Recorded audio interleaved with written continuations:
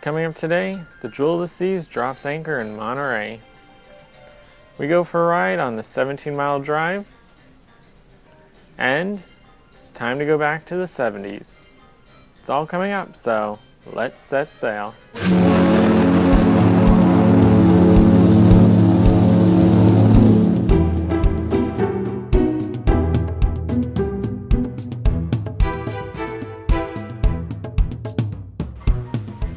Welcome to day number 7 of the cruise view on board the Jewel of the Seas. And today we made it to, of course, another port of call, as we are every day this sailing. And for today it was the port of Monterey, location that doesn't often see cruise ships, but during this time of year, as ships are transferring out of the Alaskan season to either go to the Caribbean, into a Pacific Coastal route, or to some other destination, a lot of times they do make a stop in Monterey on their way during that repositioning, as we are today. Monterey is located just to the south of San Francisco. So up to this point, we've been sailing right along the coast. It's been visible the entire time, except for last night. We made a big loop out to sea, the farthest we've been from land, just to kill some time in order to make our 7 a.m. arrival this morning instead of being there much earlier, as could have been possible if we had gone straight down there along the coast, or we would have had to go a much slower speed, which probably would have been a little bit rough in the seas that we had last night.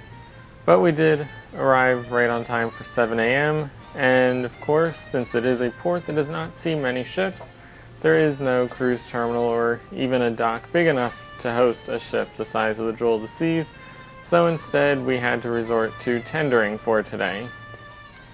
This was not my first time tendering. I've of course tendered on the old Labadee system, as well as Grand Cayman is a popular destination that only does tendering. But the one thing that both of those places have in common is that they use third-party tenders that come out to the ships to bring the guests into land. So they are not small little tenders, but large ferries that bring the passengers back and forth. Today in Monterey there were no ferries. There was no third party involved in the process. It was all done by the Jewel of the Seas and her team to use the 4 tenders that are stored on the lifeboat deck every day of the Jewel of the Seas sailing, waiting for days like today where they finally get to be used in order to ferry those passengers back and forth. So they have a considerably smaller capacity than the large ferries would that third parties would bring in. But they do have 4 of them, so that helps make up for it a little bit and keep things moving at a constant pace. There's no real gaps waiting for the next one to come. It's roughly a 15-minute boat ride from the ship to the pier, or back to the ship from the pier. So with 4 of them, there's pretty much always one of them at each pier and one in motion in each direction. So they're constantly moving, and there really isn't much of a wait except for when everybody wants to get on them at once. And that really can't be avoided, as if you do the math, with 4 of those ferries running, it would still take roughly 2.5 hours to get every person off of this ship to Monterey if they all chose to go at one time.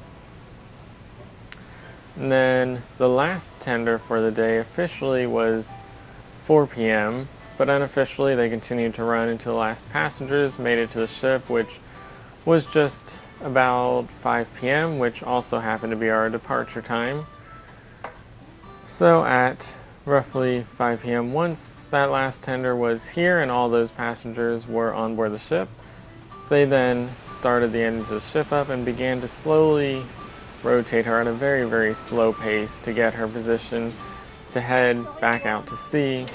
And while doing so, the crew worked to both take apart the temporary loading docks that are attached to the side of the Jewel of the Seas that fold up into her, as well as to store all 4 of those tender boats back up in the davits where they need to be for sailing to our next port of call.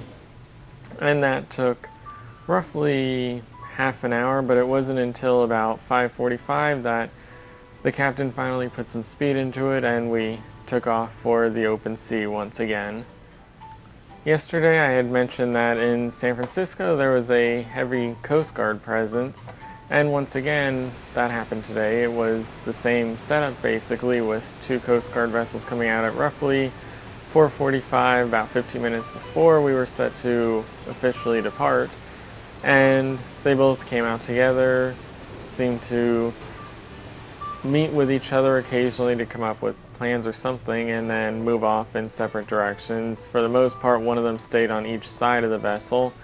And just like yesterday, they were incredibly defensive of the ship. If any vessel tried to even head in the direction of the ship, which is hard not to do when the port was on one side and the ocean on the other, so there was a lot of traffic trying to go around the vessel, those Coast Guard vessels immediately sped after them and put themselves between us and that vessel, no matter how far away they were, just to ensure they didn't attempt to get too close.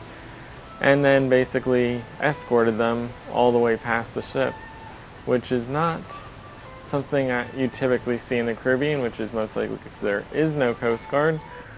But on the East Coast, when I've departed in the past, it's not uncommon to see a single Coast Guard vessel, or even 2, but typically they're just sitting out there beyond the limits of the pier, watching and just ensuring everything's safe for the ship to depart. They usually aren't following the ship, or if they are, they usually aren't going after all the ships around them, because this has been very highly defensive maneuvers that they've been trying to do, including today a kayaker who was rowing by, and the Coast Guard vessel sped off and after the kayaker to ensure they did not get close, which I'm sure the kayaker wasn't a huge threat, and really at the speed they're moving, the amount of speed the Coast Guard put into their efforts to try and stop them seemed like a little bit of overkill for somebody rowing in a kayak.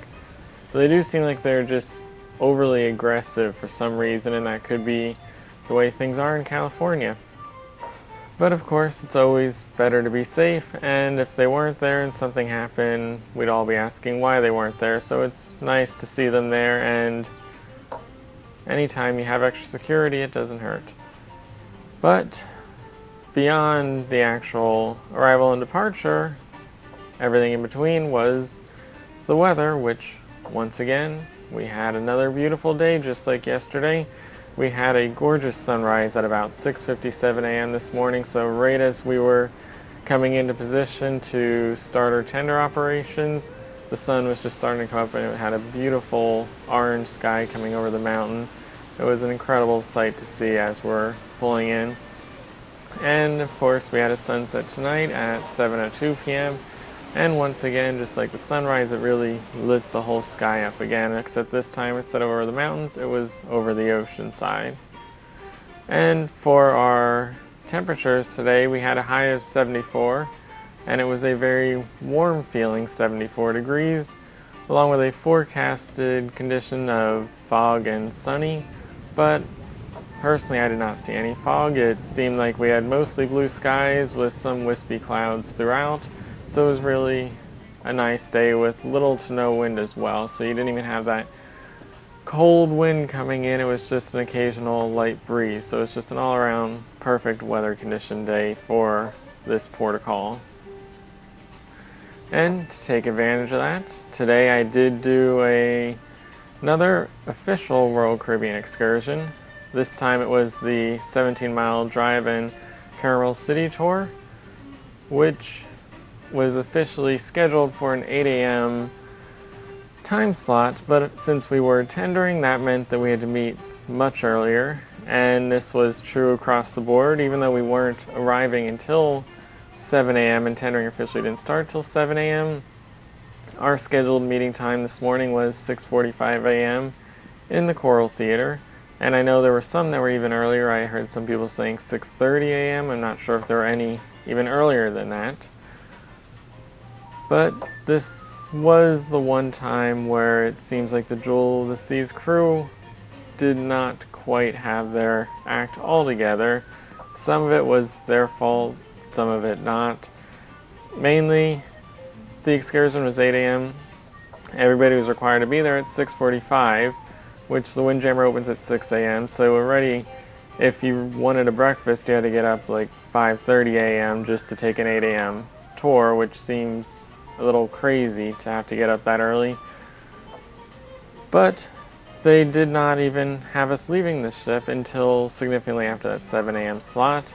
The first group that was officially called to go to a tender from at least our area in the Coral Theater wasn't until 7:30.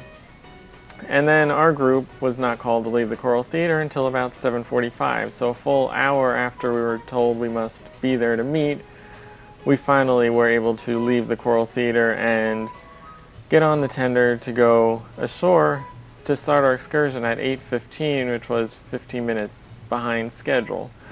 So part of it was they had some difficulties getting the tendering operation started and moving along, which, depending on how often they do it, they may have been inexperienced at it, who knows, but they could have handled the actual process better.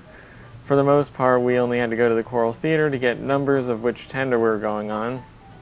That kind of seems like something they could have given with the tickets and called out over the system, as later in the day, if you were not on an official excursion, starting at 8:30 a.m., an hour and a half after tender operation started, they began giving out the tender tickets to the general passengers who did not have excursions, and that listed a group number, and they called that over the PA system to tell you when your tender was ready to go. So it seems like they could use a similar system so you could at least get breakfast and not be sitting in a theater all morning.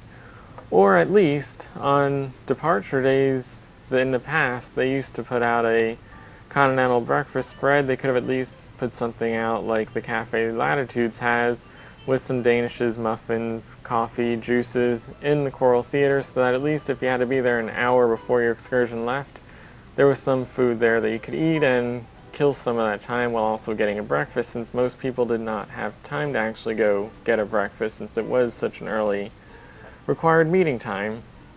So hopefully they'll think about that a little more in the future. I doubt they'll make changes for tomorrow, and I don't actually have an excursion scheduled tomorrow. I'm going on my own, so I have no real way to know if they make changes or not on that, but hopefully they'll rethink, because tomorrow is another 7 a.m. arrival, so I'm sure there will be people with excursions that go through the same process and annoyance tomorrow. But once you actually got out of the Coral Theater and your number was called, everything went very smoothly to take you down to the tender and to actually board the tender and get across to land. That whole process was incredibly quick and smooth. It was just the process of actually getting people into their groups that was slow. So for our excursion, once we did reach land, we were all brought, since we were a group on the tender, the entire group from the tender was brought over to the main tour area, and we loaded coach buses that took us on a drive through Monterey and heard a little bit of the history of Monterey, some of the things that occurred there, some of the historical sites, and the significance of the city and the history of not just California but the United States as a whole. And then as we left the actual city of Monterey, we went along the coast on the 17-mile drive, where there were beautiful rocky coastlines and beaches basically the entire distance. Everywhere you looked towards the ocean, there was always something incredible to look at and see, including Bird Rock, where there were tons of seals and sea lions, something that we've seen almost every day of this sailing so far.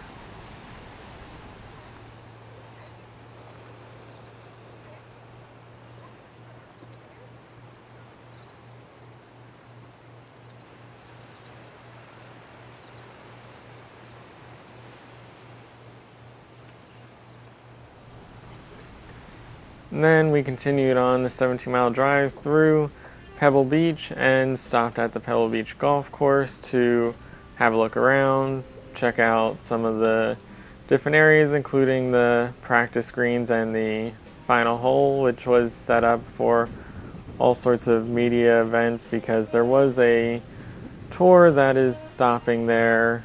I believe it was later in the afternoon today, but everything was set up for that, so it was kind of neat to see all the PGA level stuff set up out there for that event to happen.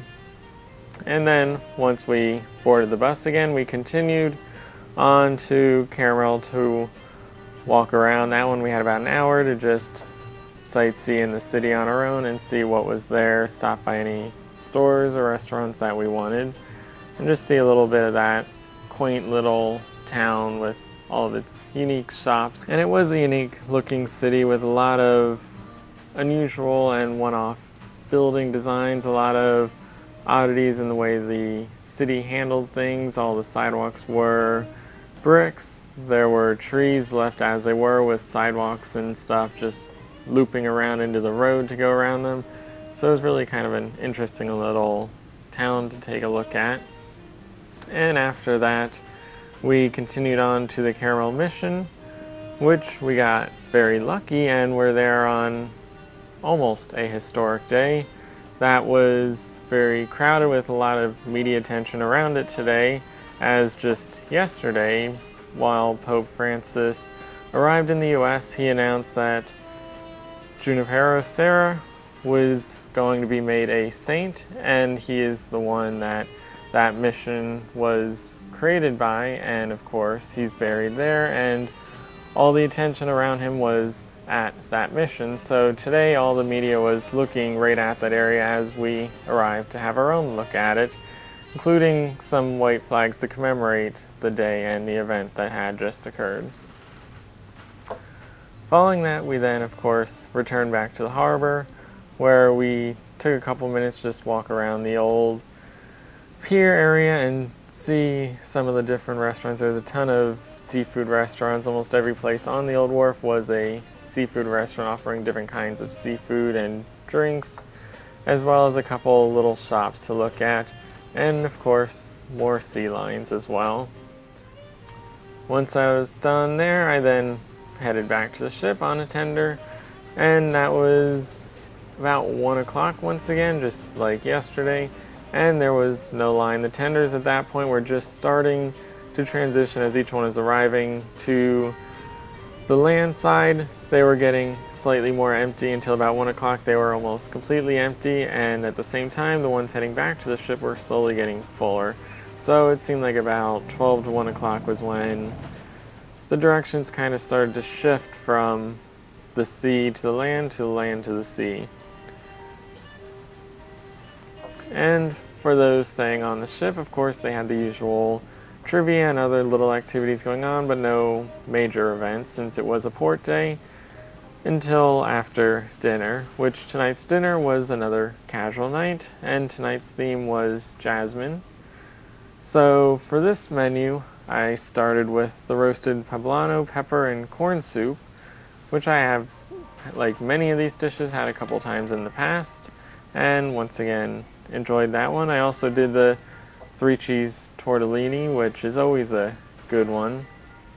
And for dessert, had some of the ivory chocolate mousse, which is not only covered with some fruit on the top, but also had some fruit filled in the middle that you really can't see on the outside until you dig into it. And then following dinner tonight, the singers of the Royal Caribbean production crew really started to take over the night, as at 7:40 in the Centrum was the Summer Breeze event.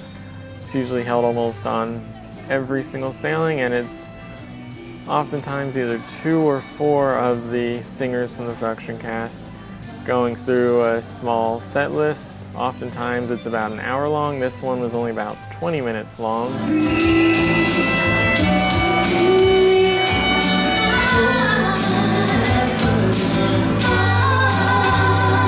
But it was still, you know, the normal singers going through a couple songs, and it got a decent turnout for the time slot. And of course that led into our headliner showtime tonight at 8:30, which was Karen Granger, who is an impressionist singer. So she went through a bunch of different impressions of singers, including Celine Dion, Cher, Pink, all different singers, including some males, and sang some of their popular songs as them. A few of them were just singing, others included wigs, and she got into some of the mannerisms and went a little bit farther with it.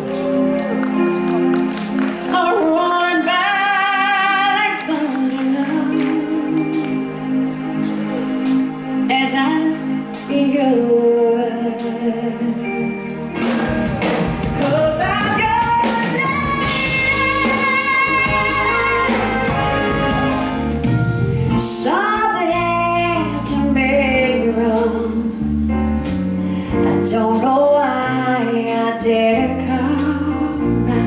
overall it seemed like most people enjoyed it, and once again I think it was a successful pick for them. Another good show and a little bit of variety. We have had a lot of comedians and jugglers and things like that up to this point, and of course this was some comedy, but it was mainly singing aspect, and another one of Royal Caribbean's good picks that is new to the Jewel of the Seas. This was her first time on this ship. I'm not sure how many other ships she's done. She mentioned playing before with one member of the band about 5 years ago, so I have a feeling she may have done a couple ships a long time ago and is now returning to the sea, but either way, it was her first time on this ship.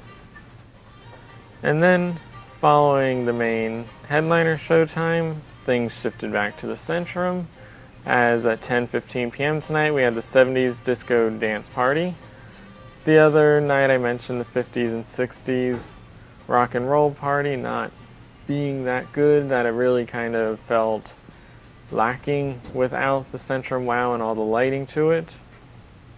Tonight, still feel the same. It was definitely lacking without the lighting. It was very noticeable that there was no lighting. There was some spotlights and color changing lights shining on the dance floor, but it really didn't change the atmosphere or the feel of the centrum in any way, and that was very noticeable.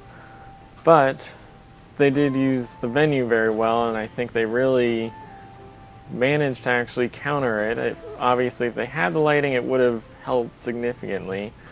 But what they managed to do without any of the lighting really gave that same feeling, whereas on the promenade ships, you've got the bridge, and they often put people on both bridges if there are two, like the Freedom class.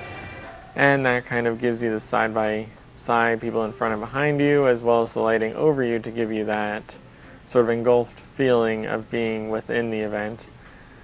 Tonight, in the centrum, they took what the Grandeur did to the next level, where the Grandeur has that main staircase, and it really is a one-sided centrum. As I kind of complained about before, the centrum on the Jewel is really multi-sided. There's two primary sides, and if you're down on deck 4 and 5, there's also a staircase on a third side, so there's kind of 3 different main directions to look at. So there really is no forward on the centrum. It is the entire centrum that you're looking at and focusing on at all times, and they fully took advantage of that. They had on deck number 4 the band playing on the band stage, of course. They put some of the Royal Caribbean dancers out on the stairs on the one side of the centrum. They put the singers, some dancers, up on the opening across from the staircase on another side, and they put some of the activity staff in the 2 elevators that they stopped on deck 5 so that they would be stationary overlooking the centrum right in the center of it all. So you really had people and activity happening on all sides. Even then you had the people in the crowd. And most of these are identical. They start with the music and the activities crew kind of take over it and really run it.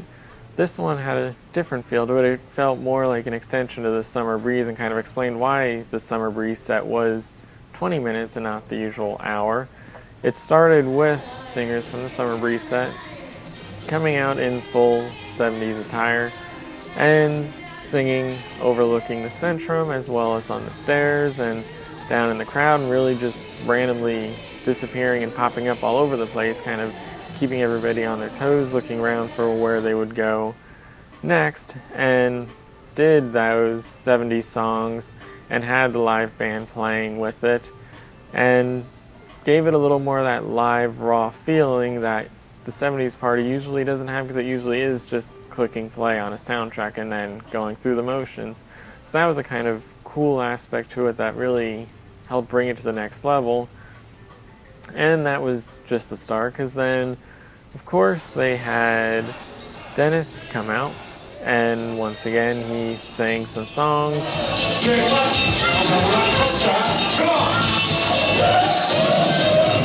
danced in the crowd, really brought the place to life.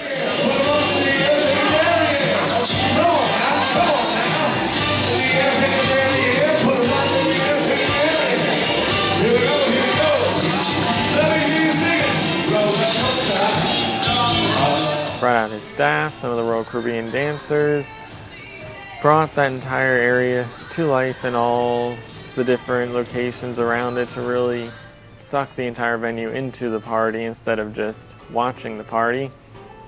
And at one point he disappeared along with several of the other male dancers that were out there for the obvious reason, to get ready for the YMCA and come out as the village people, something that happens in every 70s party and something that is rare for a cruise director to do. It's not uncommon for a young cruise director that's new in the job, that's been an activities manager, to do it, but it's something you don't often see the older cruise directors do. We didn't really see it on many of the sailings. Usually the older cruise directors kind of stand back. They keep their disco outfit on and they just kind of commentate the event and sit back and watch their staff kind of play out the village people.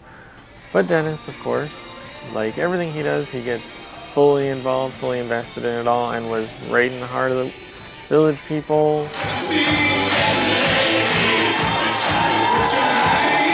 Playing along with the entire thing, got fully into it, into the crowd, really kept the entire show going, and surprisingly, I didn't even think he was going to be in it because he kept talking the entire time while he disappeared to get ready for it. He was still on his microphone, still feeding the party, keeping things moving, still hosting the event while not even in the centrum or seeing what was happening. He still was the one running the show. Everybody scream!